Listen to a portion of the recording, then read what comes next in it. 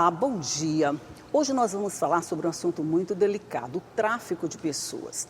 No Maranhão, a gente não tem números muito específicos a respeito, mas temos a movimentação de valores. Por exemplo, no período de 2022 a 2024, foram movimentados cerca de 38 milhões de reais envolvendo o tráfico de pessoas. O que isso significa? É sobre isso que nós vamos falar no programa de hoje. E quem veio tomar café comigo para a gente conversar um pouco mais a respeito desse assunto foi o superintendente de proteção dos Direitos Humanos da SEGPOP, Robert Leal. Bom dia. Bom dia. Seja muito bem-vindo. Obrigado. Agradeço a oportunidade do Café com Notícias e assim também como os telespectadores.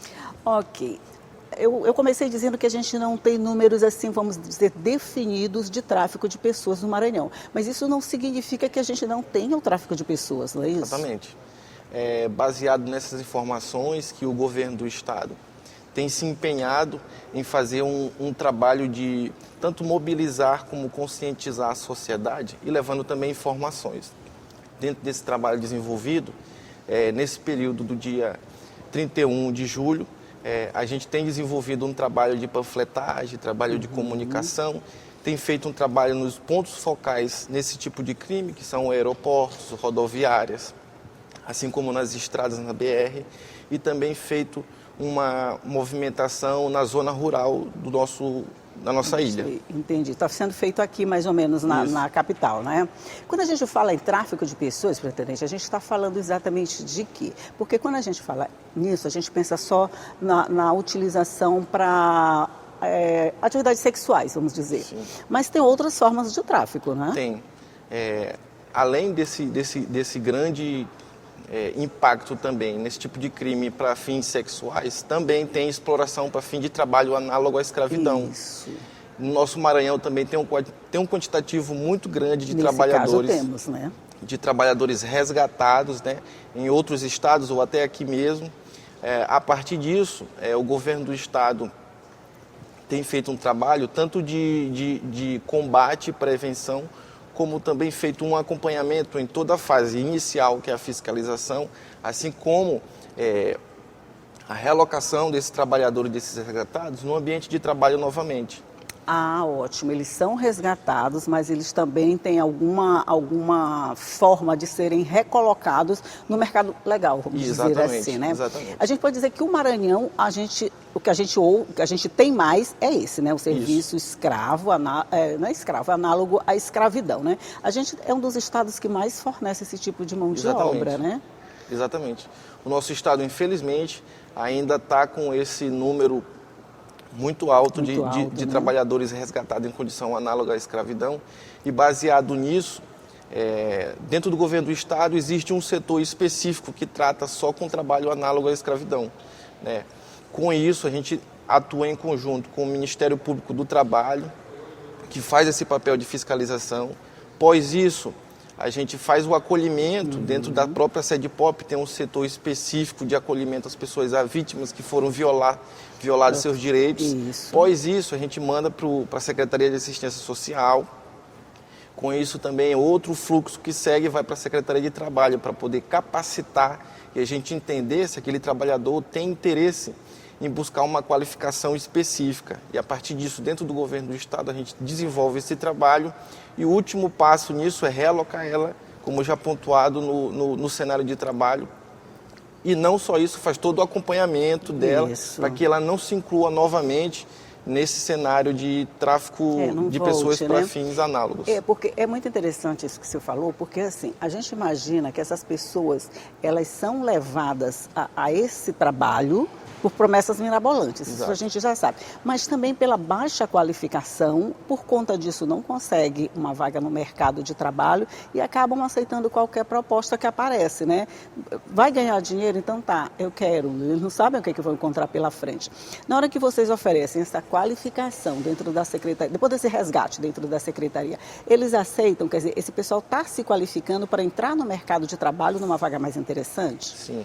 A maioria desses trabalhadores que são resgatados, eles têm um interesse em buscar sua qualificação e pela situação de condição, de frustração e ser vítima de um crime tão brutal, a gente faz um trabalho diferenciado, justamente no acompanhamento, como já pontuado no Isso. pós, para o trabalhador não se frustrar dentro da realidade de trabalho. Pois é, porque ele vem tão traumatizado, né? Principalmente quando leva muito tempo para ser resgatado. Tem pessoas que passam mais de ano, mais de 2 anos, né? Naquela situação. Eu acho que quando passa muito tempo, o trauma é tão grande que eles voltam tão fragilizados. Eu acho que eles estão assustados com tudo, né? Porque qualquer proposta eles já vão recusando. Quer dizer, precisa um trabalho primeiro de acolhimento. De acolhimento. Eu acho que essa é a parte mais interessante. A partir daí segue essas outras etapas que você falou. Outro fluxo, né? exatamente. Outro fluxo, né? Mas o que faz a gente ter essa característica aqui no Maranhão de fornecedor de mão de obra análogo à escravidão? O que acontece? A gente já tem estudado e trabalhado dentro do governo do Estado, da Secretaria de Direitos Humanos, tem um setor específico que trata com conflitos agrários no Maranhão. Infelizmente, também, o Maranhão é um dos estados que mais se concentram conflitos agrários, por vários aspectos. Pessoas, fazendeiros que chegam de outros estados, que tentam, de uma forma irresponsável, expulsar as comunidades do seu território. E esses dois setores, tanto o setor de combate ao tráfico de pessoas e o setor de combate à violência no campo e na cidade relacionada a conflito agrário, a gente entendeu que aonde se concentra o maior número de conflitos agrários é onde tem trabalhadores saindo para fins de trabalho análogo à escravidão. Olha que interessante, né? Tem uma relação Exatamente. aí nessa história, né? Eles ficam sem o local de trabalho, o local de moradia, ficam sem nada. Já existe uma violação de direitos humanos já na questão do conflito agrário, quando eles são expulsos injustamente do seu território, quando já sofrem ameaças, isso já gera um desgaste. Infelizmente aparecem pessoas que são os aliciadores. Dentro do trabalho análogo, a gente chama eles de gato, que são aquelas pessoas que fazem uma captação desses trabalhadores. E dentro disso já encontram eles numa situação de vulnerabilidade e se torna aí mais fácil. Com certeza.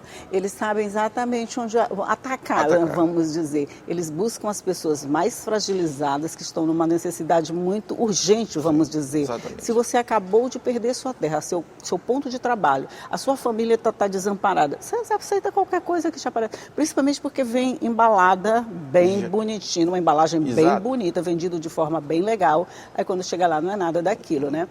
Você diria, superintendente, que ao longo desses anos a gente tem conseguido de alguma forma, eu não diria reverter, que é um processo muito complicado e demorado de se resolver, mas a gente tem conseguido minimizar esses problemas para que a gente, de alguma forma, a gente perca esse título que não é nada honroso. Exato. O primeiro ponto que o governo já entende é a comunicação. A gente informar a sociedade que esse crime está bem próximo de todos nós e qualquer pessoa, ela está apta a ser aliciada. Esse é o primeiro ponto. Através da informação, a gente leva essa conscientização para a sociedade, além da sociedade saber identificar aonde tem esses aliciadores, aonde tem o maior risco desse tipo de crime. A gente também está ali combatendo e enfrentando esses tipos de tráfico, esses traficantes. Então a gente pode ter esperança que daqui a algum tempo esses números já estejam menores? Menores, a gente tem como objetivo trabalhar em cima desse ponto para diminuir essa concentração de trabalho análogo à escravidão no nosso estado. E também o governo tem trabalhado muito em conjunto com o Ministério de Justiça. A gente tem atuado e já trabalhado em ações específicas para poder entender de qual é a melhor forma para esse cenário a gente levar essa informação. Então, o governo do estado, a gente já está fazendo um trabalho de início, antes de chegar na condição de tráfico, de vulnerabilidade, a gente já trabalhar já com a conscientização naqueles territórios que estão em situação de conflito agrário. Isso. A partir disso, a gente já vai levando conhecimento para esses trabalhadores e entendendo que eles não podem aceitar essa situação porque vão ter seus direitos violados nesse aspecto. Tem que ser um trabalho preventivo. E sobre isso nós vamos falar no próximo bloco. A gente vai fazer um rápido intervalinho aqui, pequenininho, é só o tempo de tomar uma água, tomar um café e voltar para conversar. Um minutinho só e a gente volta já já.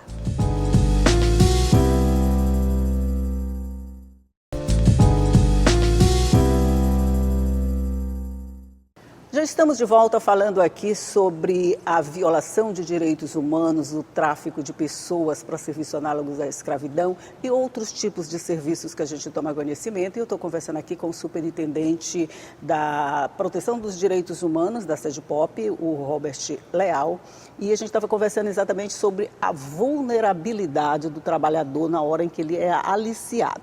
Esse trabalho conjunto que vocês estão desenvolvendo, que ele acontece paralelo ao conflito. Ele não pode acontecer depois, como você falou, né? Ele acontece paralelo ao conflito. Você diria que vocês estão conseguindo resultados positivos desse trabalho? A gente está conseguindo porque é um trabalho em conjunto já com os outros órgãos, a Defensoria Pública do Estado, o Ministério Público do Trabalho. A gente tem desenvolvido uma equipe de trabalho já para identificar esse mapeamento. A gente já existe esse mapeamento de conflitos agrários no Maranhão e a gente já está desenvolvendo, já anterior a qualquer violação, essa comunicação, essa informação, para eles não sofrerem com qualquer tipo de aliciamento relacionado a tráfico de pessoas. E eu acho que o alerta da sociedade, das pessoas que estão por perto, que estão vendo aquela situação, também é muito importante, porque às vezes quem está dentro do conflito não se percebe vulnerável e acaba achando que está aceitando uma oferta de emprego natural, vamos dizer, formal, legal. Ele não vai enxergar aquilo como apesar de ter ouvido, vamos dizer assim, uma pessoa, ela já ouviu falar antes sobre isso, mas na hora que acontece com ela, ele está tão vulnerável que ele não percebe que é uma cilada. Então, nesse caso, superintendente, as pessoas por perto, a comunidade, se ela está alertada, ela consegue participar desse processo, né? Exatamente. A comunidade, a sociedade, se tiver alertada, ela consegue enfrentar esse tipo de aliciamento. O que acontece? Como foi bem pontuado, e quem está envolvido nesse contexto, ele não consegue se identificar nesse cenário. Isso, verdade. Porque já existe ali uma questão de desumanização. Muitos dos trabalhadores que são resgatados, quando eles são resgatados pelo Ministério Público do Trabalho, pela equipe de fiscalização, eles não têm nem noção porque estão sendo resgatados. Porque isso não é uma questão só de falta de conhecimento, é uma questão porque o aliciador, o violador de direitos humanos já implementou na cabeça daquele trabalhador. Fez aquela lavagem cerebral, vamos falar no popular. Aquilo que ele está fazendo é correto, que é o correto que ele está pagando, recebendo, que ele está pagando o que ele deve. Que esses trabalhadores, quando já vão, a partir do transporte dele, já é um transporte que depois é cobrado por valores exorbitantes. Então ele se sente num cenário de refém, como se ele tivesse refém mesmo de pagar aquela situação. E acha que essa situação é normal e é legal, que ele deve aquilo e que ele precisa pagar. Tem algum caso onde ele está sendo resgatado e ele quer ficar porque ele acha que ali ele está ganhando dinheiro, que ele precisa pagar o que ele deve, ele não percebe que ele está numa situação ilegal, de escravizamento, vamos dizer, nem sei se essa palavra existe, mas que ele não está numa situação legal? Tem esses casos assim? O que acontece? A maioria dos trabalhadores que estão na linha de frente, eles já estão ali sofrendo e eles entendem, depois que é explicado pela equipe que vai em conjunto com o Ministério Público do Trabalho, que eles estão ali com seus direitos violados. Mas existe dentro desse contexto um cenário, um perfil de resgatado que é muito relativo, que a gente precisa trabalhar para poder identificar se ele cometeu o crime ou não. Dentro desse contexto, existe uma pessoa aquela pessoa que contratou o empresário, ele já captou para ele e ele fica incentivando os outros a entender que aquilo ali é um contexto comum, normal.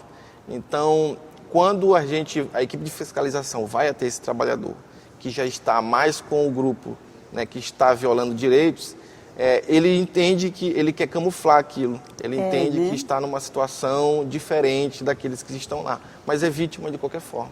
Pois é, tem um benefício a mais, uma vantagem a mais e já acha que está superior a quem está na mesma situação que ele, né? Ele não entende que isso faz parte de uma engrenagem toda que foi montada. De manipulação, né? E quando fala violação dos direitos humanos, você pensa que isso é uma coisa muito abstrata, que está longe de você, que não acontece na sua realidade. Mas não, está pertinho. E se a gente não ficar atento, a gente ou cai ou deixa que outras pessoas caiam, né? Por isso essa campanha de sensibilização. Também quem tiver alguma informação pode ligar. Pode denunciar, né? Tem o Disque 100 e o Disque 180. O Disque 100 é para qualquer violação de direitos humanos. ligando nesse contato, denuncia qualquer um. O 180 é específico para violação, específica trabalho análogo e especificamente com mulheres e crianças. Pois é, com relação à exploração sexual, a gente não tem ainda, vamos dizer, números expressivos aqui no Maranhão, né? Não, no Maranhão não tem um número expressivo porque já entra numa esfera internacional. E a identificação e o combate desse crime é extremamente complicado identificar a natureza dele, de onde saiu. A gente já recebeu denúncias voltadas sobre isso, mas é algo que é tratado diretamente com o Ministério de Justiça. Quando já é resgatado, a gente faz aquele trabalho de acolhimento. O mesmo que fazem com o os trabalho trabalhadores, análogo, né? a escravidão, exato. Ah, tá. É um processo mais Isso, delicado, complicado e até difícil de identificar, é uma esfera né? maior, porque envolve a internacionalização, né? Envolve outros países, envolve o próprio Ministério de Justiça para atuar em conjunto, a Polícia Federal. Então é uma rede maior e mais ampla para poder atuar nesse tipo de crime. Mas mesmo assim, a gente já teve pessoas resgatadas dessa situação? Já teve um trabalhador, uma pessoa resgatada para fim de exploração em 2002. Foi essa pessoa que a gente trabalhou, acolheu ela e ela retornou para o seu lar. Quer dizer, foi o único caso identificado, né? Mesmo assim, não custa nada ficar alerta, né? Exatamente. Ao longo do ano, a gente sabe que foi o mês de julho que foi todo trabalhado nessa situação de esclarecimento sobre o tráfico de pessoas, sobre violação de direitos humanos, mas esse é um serviço que é feito rotineiramente todos os dias do ano pela Secretaria, né, Superintendente? Exatamente. Existe um setor específico que é especializado só nesse tipo de campanha, nesse tipo de trabalho de prevenção e de combate. Esse setor ele recebe denúncias, também recebe um mapeamento de dados, além quando acontece o trâmite de resgate, a gente recebe dados do Ministério Público do Trabalho e a partir disso a gente faz as visitas in loco. Então esse setor é especializado para fazer a busca ativa desses trabalhadores, porque muitos deles, às vezes com receios, não querem ser identificados, não querem comunicar, não querem falar com nenhum órgão que possa dar assistência. A gente faz esse trabalho bem especializado porque é uma tratativa diferenciada. Entendi. É uma tratativa de acolhimento, é uma tratativa de entender o que se passa na cabeça desse trabalhador que teve seu direito violado. Eu acho que é o medo mesmo, é a fragilidade, né? É o medo, sim. Quais são os estados de onde mais maranhenses são resgatados? São Paulo? O estado que mais maranhenses são resgatados para fim análogo à escravidão Minas Gerais, também tem no Rio de Janeiro, por conta tem aquelas empresas que fazem, como é o nome? Trabalha com metalúrgica. Eles trabalham com metalúrgica e tem muito cenário nesse contexto no Rio de Janeiro e em São Paulo. Entendeu? Mas dentro do Maranhão, o maior dado de trabalhadores são de Açailândia. Tem um número muito grande de trabalhadores resgatados da região de Açailândia. Lá a gente entende que tem um fluxo maior de saídas e a gente tem trabalhado intensamente para poder prevenir esse tipo de crime. É tão absurdo que desses pontos em específico, como a Açailândia, como a região de Balsas, como na região sul do Maranhão onde se concentram conflitos agrários, a gente percebe e a gente tem interceptado esses veículos com saída em massa, ônibus com trabalhadores. Ônibus? Ônibus, grandes ônibus com trabalhadores para ser exploração de fins análogos à escravidão. Meu Deus, é uma captação em massa, vamos dizer assim. E esses trabalhadores, eles são mais levados para a agricultura, né? Exato, para fim de agricultura. Na agricultura, exatamente, né? Quer dizer, então, cada pessoa captada tem um perfil diferente. E para qual setor ele vai ser encaminhado, exatamente, não é isso? Exatamente. O Pará também tem essa vamos dizer... Tem porque o Pará é o primeiro estado com maior índice de conflito agrário. Então, você vê como o conflito agrário está muito ligado, né? Se baseando por essa análise, o Pará também tem esse índice alto de tráfico de pessoas. Mas qualquer dia a gente vai chegar aqui e vai dizer que a gente perdeu esse lugar, que nossos trabalhadores estão tendo seus direitos respeitados, que não precisa mais dessas campanhas para evitar essa violação de direitos humanos, porque no entendimento normal, todo mundo tem que ter seus direitos respeitados. Robert Leal, superintendente de proteção aos direitos humanos da SEDPOP, muito obrigado pela sua participação, por todos esses esclarecimentos e parabéns pelo trabalho que vocês desenvolvem. Obrigado, foi uma honra participar do programa aqui com você e também quero saudar os telespectadores por ter assistido e entendido sobre um caso extremamente importante para a nossa sociedade. Pois é, esse aí a gente tem que falar o tempo todo, viu? Tem que falar o tempo todo, porque ele é muito delicado, muito sutil, sim, acontece na nossa frente e a gente não percebe, né?